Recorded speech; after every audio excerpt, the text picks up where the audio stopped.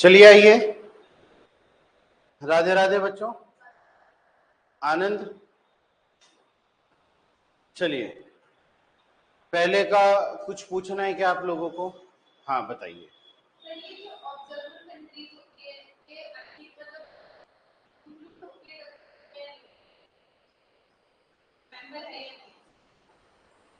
WTO के total कितने member हैं? 164।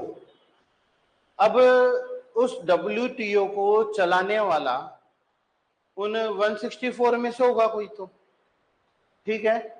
तो उन्हीं 164 में से 25 कंट्रीज है जो WTO को चलाती है।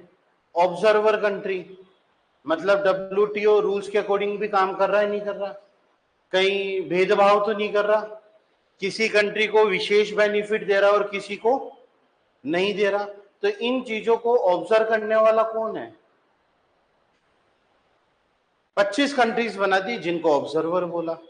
आप देखिए कोई भी ऑर्गेनाइजेशन होती है गवर्नमेंट की, उसमें कुछ समाज के लोग भी क्या होते हैं, सोसाइटी के कुछ बड़े लोग जो होते हैं इंक्लूड होते हैं कि गवर्नमेंट भी सही काम कर रही है या, उसको चेक करने के लिए। ऐसे WTO में 25 कंट्रीज है जिसको क्या बोला गया, ऑब्जर्वर कंट्री बोला गया, ठीक है? हाँ और बोलो। हाँ निहारिका और कुछ? हाँ और कोई डाउट नहीं लूं तुम दोनों को? तुमने कर लिया जो पेंडिंग? ठीक है।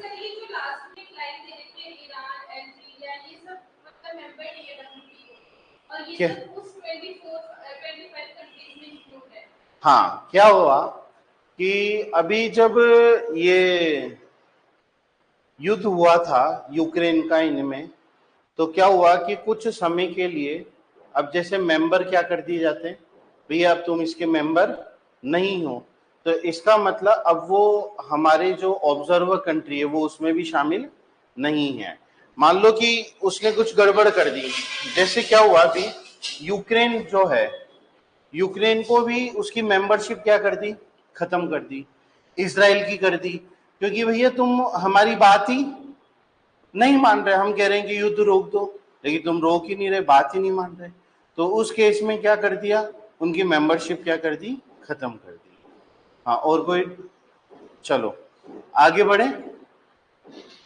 गीता आज क्लास के लिए नहीं आए आप? क्लास के लिए कंटिन्यू आया करो।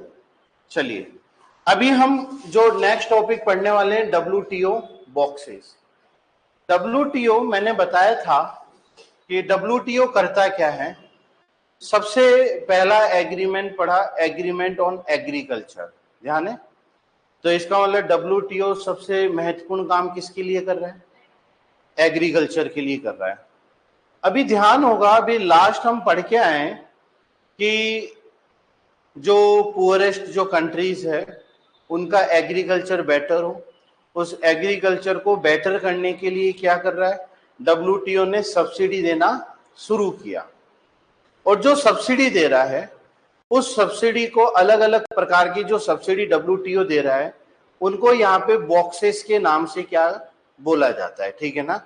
अलग अलग बॉक्स में अलग अलग प्रकार की सब्सिडी को शामिल किया गया।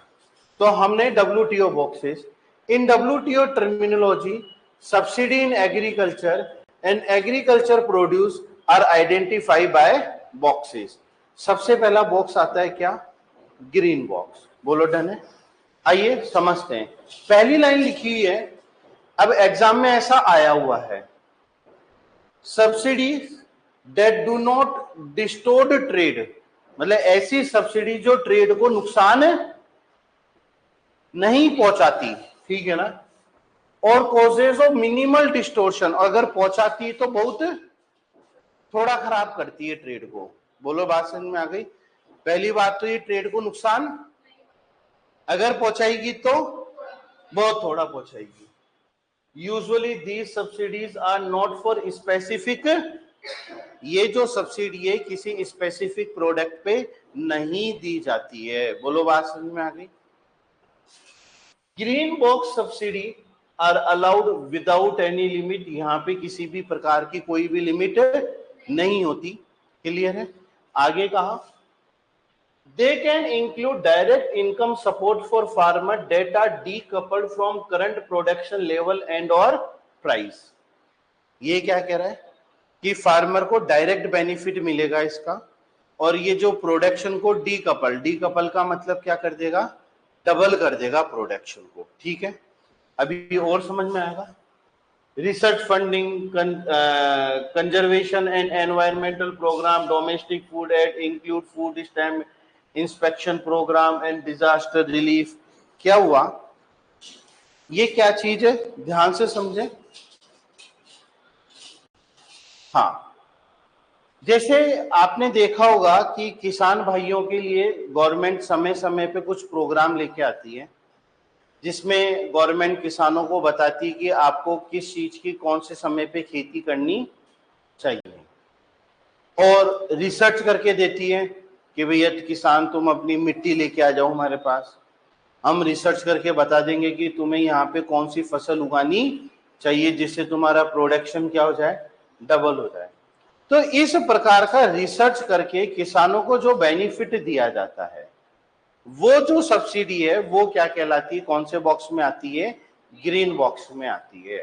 क्लियर है? जैसे मान लो कि बिना मौसम के ओले आ गए, फसल खराब हो गई, अब किसान का तो नुकसान हो गया, सरकार क्या करेगी, उसको मुआवजा दे देगी, भैया तेरा नुकसान नहीं हो, तेरी फसल खराब हो गई। तो इस प्रकार की जो सब्सिडीज है वो कौन से बॉक्स में आती है, ग्रीन बॉक्स में आएगी। डन है? दूसरा बॉक्स आता है कौन सा, अंबर बॉक्स। अंबर बॉक्स क्या है, include subsidies that distort international trade by making the product of the country cheaper as compare to similar product from other countries in the global eye. क्या कह रहा है, सब्सिडी, ये जो सब्सिडी है इंटरनेशनल ट्रेड को क्या करती है, अफेक्ट करती है। समझो, मान लो कि भारत में किसी खाद्य पदार्थ का उत्पादन हो रहा है, और वही खाद्य पदार्थ का उत्पादन किसी दूसरे देश में भी हो रहा है। ठीक है, अब दूसरा देश क्या कर रहा है, अपने देश के किसानों को सब्सिडी दे रहा है, तो किसानों का प्रोडक्ट क्या हो गया, सस्ता हो गया, महंगा हो गया, सस्ता हो गया। अब मैं इधर समझा रहा हूं, तुम नोट्स में पढ़ रहे हो, जब मैं नोट्स में पढ़ूंगा तो तुम पता नहीं कहां देखोगे। दूसरी कंट्रीज में, दूसरी कंट्री ने किसानों को सब्सिडी दी, इससे प्रोडक्ट क्या होगा, सस्ता हो गया। सस्ता हो गया तो इंटरनेशनल मार्केट में उसका प्रोडक्ट बहुत इजीली बिकेगा। तो भारत को लगा कि यार इससे हमारा प्रोडक्ट तो बिकेगा ही नहीं, तो हमारे देश की गवर्नमेंट ने भी हमारे किसानों को क्या देना स्टार्ट कर दिया, सब्सिडी देना स्टार्ट कर दिया, जिससे हमारा प्रोडक्ट भी क्या हो गया, सस्ता हो गया। तो अब हमारा भी एक्सपोर्ट क्या हो जाएगा, बढ़ जाएगा। बोलो बात समझ में आई नहीं है, नहीं आई क्या बात समझ में, पक्का, कोई डाउट? चलिए, they are set to distort trade since they encourage excessive production. अब ये जो है इस तरह की सब्सिडी हमारे ट्रेड को अफेक्ट करेगी। एनकरेज एक्सेसिव प्रोडक्शन, ये किसको प्रोत्साहित करती है, जिससे किसान प्रोडक्शन क्या करेगा। आज मुझे कह दे कि भैया तुम तो क्या करो, पढ़ाओ, फीस क्या करो, कम लो बच्चों से, जो भी नुकसान होगा हम देंगे, तो अब हम क्या कहेंगे, हमारा तो कुछ जा ही नहीं रहा भैया, हमारे को तो क्या मिल रही है, सब्सिडी मिल रही है, अब तो हम दबा के क्या करेंगे, बच्चों को कोई कम फीस में भी आएगा तो हम उसको एडमिशन ले लेंगे। सरकार सिलेंडर देती है, पहले के समय में सिलेंडर हमारे घर में एक एक महीने में आता था बुक कराने पे, और आज बुक कराओ अगले दिन आ जाएगा, क्योंकि सरकार कुछ लोगों को क्या देती है, सब्सिडी देती है सिलेंडर पे, तो कंपनियों का तो कुछ जा ही नहीं रहा, तो भैया हमारा क्या जा रहा है, हमारे पास तो पैसा गवर्नमेंट दे रही है। बोलो डन है? तो इससे किसान क्या कर देगा, प्रोडक्शन बढ़ा देगा अपना आप ही। आइए एग्जाम्पल, इनपुट सब्सिडी, सब सब्सिडी फॉर फर्टिलाइजर। अब सरकार ने सब्सिडी किसके ऊपर दे दी, खाद बीज सस्ते दे दिए सरकार ने, तो उसकी कॉस्ट क्या हो गई, ऑटोमेटिक कम हो गई। Seed, electricity, irrigation, minimum support price are also include under this box. ये सारी चीजें आप जानते होंगे, मिनिमम सपोर्ट प्राइस, सब्सिडी दे दी, इरिगेशन की फैसिलिटी दे दी, सिंचाई। हाँ, आजकल ध्यान होगा कि गांवों के अंदर सरकार ने कह रखा है कि आप अपनी जमीन में एक गड्ढा खोदो बड़ा सा टेम्परेरी, और उसमें देखा होगा कि एक प्लास्टिक का तरपाल बिछा देते हैं, और जब बारिश आती है तो उसमें पानी इकट्ठा हो जाता है। वो इतना बड़ा गड्ढा खुदा लेते हैं कि उसमें पानी इतना आ जाता है कि उनकी एक फसल तो उस पानी से ही हो जाती है किसानों की। तो और अब वो गड्ढा खुदाने का जो खर्चा आया वो सरकार क्या कर रही है, उनको दे रही है कि भैया तुम ये काम करो। तो किसान के लिए, एक जिसके पास कुआं नहीं है उसके लिए सिंचाई की एक अल्टरनेट व्यवस्था हो गई इससे। आगे बात सुनिए। It is kept 5% of total agriculture production for developed country and 10% for। अब उसमें भी क्या किया, अब हरियाणा में चले जाओ, हरियाणा में तो कोई गरीब किसान है क्या, वहां तो सब पैसे वाले ही हैं। तो वो तो इतना दबा के प्रोडक्शन करते होंगे जिसकी हद ही नहीं, उनके पास तो जमीनें बहुत ज्यादा है, पानी भी वहां पे क्या है, बहुत अच्छा है।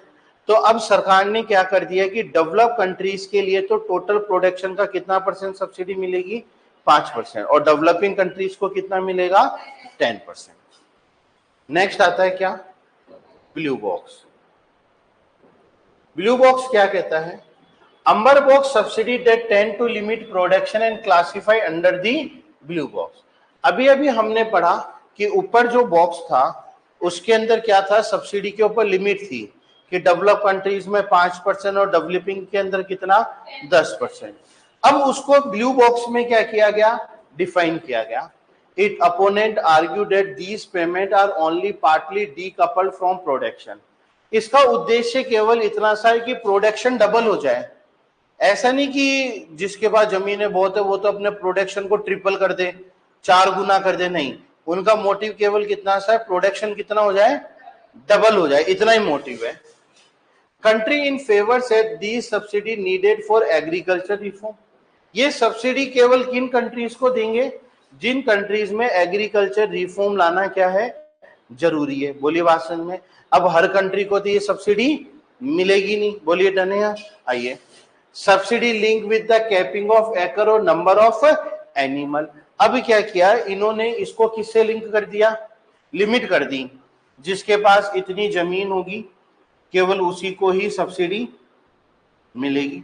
आगे बात समझ में, इससे ज्यादा जमीन होगी उसको सब्सिडी नहीं मिलेगी। बोलो, जिसके पास इतने जानवर है उसी को सब्सिडी मिलेगी, इससे ज्यादा जानवर है तो उसको सब्सिडी नहीं मिलेगी। बोलो बात समझ में आई।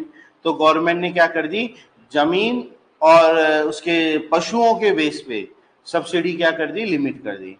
आप देखेंगे अभी भारत में, हमारे राजस्थान में, कि किसानों को 6,000 रुपये साल के मिलते हैं, ध्यान है। जिसके पास 2 या 3 बीघा जमीन है उनको क्या मिलता है, गवर्नमेंट 6,000 रुपये साल के देती है। अब वो किसी भी काम के लिए देवे, अब एक साथ भी नहीं देती, टुकड़ों में 2-2 हजार करके 3 बार में देती है, तो उनको 6,000 रुपये की कोई ना कोई सब्सिडी हो गई। अब वो 6,000 रुपये के कोई बीज लाए, कुछ भी करे और उसकी खेती बाड़ी करने में चाहे उसका यूज ले। बोलो डन है। आइए, only a few nation use subsidy in this box, namely Norway, Slovenia, Iceland. केवल यही कंट्रीज इस सब्सिडी को क्या करती है, यूज में लेती है। बोलो डन है। आ गए, अब हम आ गए कौन से, ये हमारा WTO क्या हुआ, कंप्लीट हुआ। अब हम, ध्यान होगा, हम गेट पढ़ के आ रहे थे, ध्यान है। गेट कब आया था, 47 में। ऑफिशियली 48 में आ गया था, ठीक है ना। और गेट को बदल के क्या बनाया गया था, WTO बनाया गया था। ओके, कौन सा राउंड हुआ था जिसमें गेट को WTO बनाया गया था, अरगवे राउंड हुआ था, ध्यान है। अरगवे राउंड कौन से सन में स्टार्ट हुआ था, 86 में शुरू हुआ था और 94 में खत्म हो गया था, और 94 में मार्केश एग्रीमेंट हो गया था। 123 कंट्रीज थी और मार्केश एग्रीमेंट 123 देशों ने साइन किया। और 94 में WTO आ गया और ऑफिशियली 1 जनवरी 1995 में आया। बोलो ध्यान ही है सारी बातें, इस तरीके से WTO आया। तो अब हम उस गेट की बात करें कि गेट क्या था, ठीक है ना। गेट जो ब्रेटन वुड कॉन्फ्रेंस हुई थी उसी से ही क्या निकला हुआ था, गेट निकला हुआ था। The general agreement on tariff and trade, the procedure of WTO was born in 1948। 48 में आ गया था GATT as result of international desire to liberalise trade. अब समझो WTO क्यों आया। पहले गेट था, मैंने बताया था कि गेट में राउंड होते थे। क्या होते थे, राउंड का मतलब है मीटिंग्स होती थी। तो गेट में अलग अलग समय पे अलग अलग प्रकार की क्या होती थी, मीटिंग। उन मीटिंग को क्या बोला, राउंड बोला।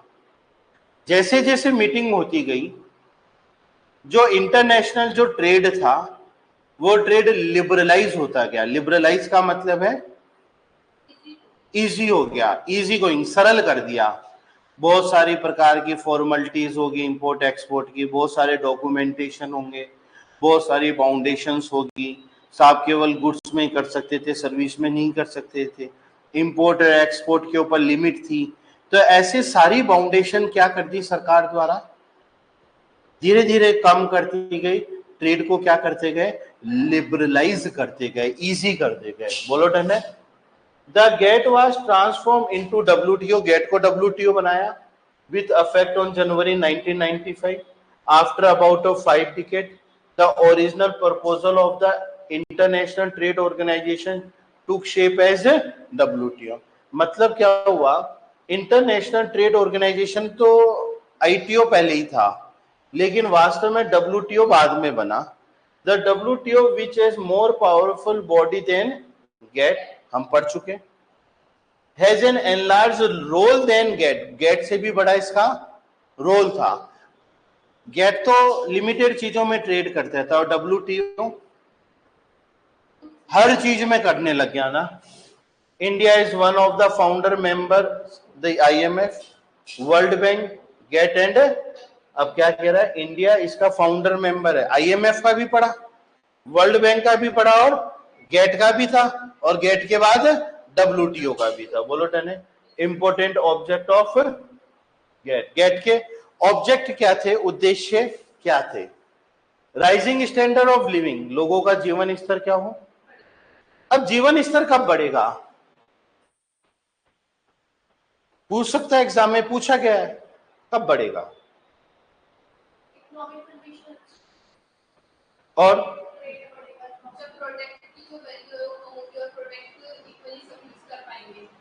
अब इसमें ये कहते हैं कि प्रोडक्ट का डिस्ट्रीब्यूशन क्या होगा, इक्वली होगा।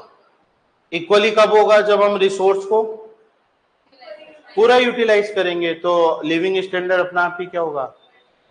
पहले के समय में देखें कि गरीब गरीब होता जा रहा था और अमीर, और आज भी स्थितियां तो वही है नहीं है, लेकिन गरीबी का रेशो क्या हुआ है, कम हुआ है। लेकिन आने वाले समय में गरीब और बढ़ेंगे। क्यों बढ़ेंगे, क्योंकि जनसंख्या का इंक्रीज का जो परसेंटेज है, रेशो जो है, वो उससे भी ज्यादा है। तो आने वाले समय में बढ़ेंगे। तो कुल मिला के क्या कह रहा है, लिविंग स्टैंडर्ड को क्या करना, बढ़ाना। कब बढ़ेगा, जब रिसोर्स का पूरी यूटिलाइजेशन होगा, इक्वल डिस्ट्रीब्यूशन होगा। ensuring full employment and a large and steady growing volume of real income and effective, समझो, फुल एम्प्लॉयमेंट। फुल एम्प्लॉयमेंट का मतलब पूर्ण रोजगार नहीं है। फुल एम्प्लॉयमेंट का मतलब है जो रिसोर्स अवेलेबल है, उस रिसोर्स का हम क्या करें, पूरा यूटिलाइज करें। अब यूटिलाइज कब होगा, कब होगा, जब यहां पे कह रहा volume of real income, real income बढ़ेगी। अब रियल इनकम का मतलब क्या होता है, यहां पे रियल इनकम का मतलब है जब प्रोडक्शन बढ़ेगा तो व्यक्ति को उसी इनकम में चीजें क्या मिलेगी, ज्यादा मिलेगी। तो उनकी रियल इनकम क्या हो गई, बढ़ गई। इसका मतलब अवेलेबिलिटी ऑफ रिसोर्स क्या हो गई, बढ़ गई। बोलो बात समझ में आ गई। Developing full use of resource of the world, बोलो बात समझ में आ गई, कि जो भी हमारे रिसोर्स है उनको पूरा यूटिलाइज करना। Expansion of production and international trade को क्या करना, बढ़ाना। बोलो बात समझ में आ गई नहीं आ गई, कोई डाउट है क्या इसमें? ईमानदारी से, बेईमानी से, क्लियर है? आगे बढ़ते हैं। नेक्स्ट आता है गेट के बारे में और चीजें बता रहा है, इसको हम खींचेंगे कंटिन्यू ऑन टुमारो। अभी सर आ गए होंगे नीचे, आज थोड़ा समय मेरे को नीचे ज्यादा लग गया, नहीं तो आज ये टॉपिक ही हमारा पूरा हो जाता। बोलिए ठीक है यहाँ तक का? ओके, आज के लिए इतना ही।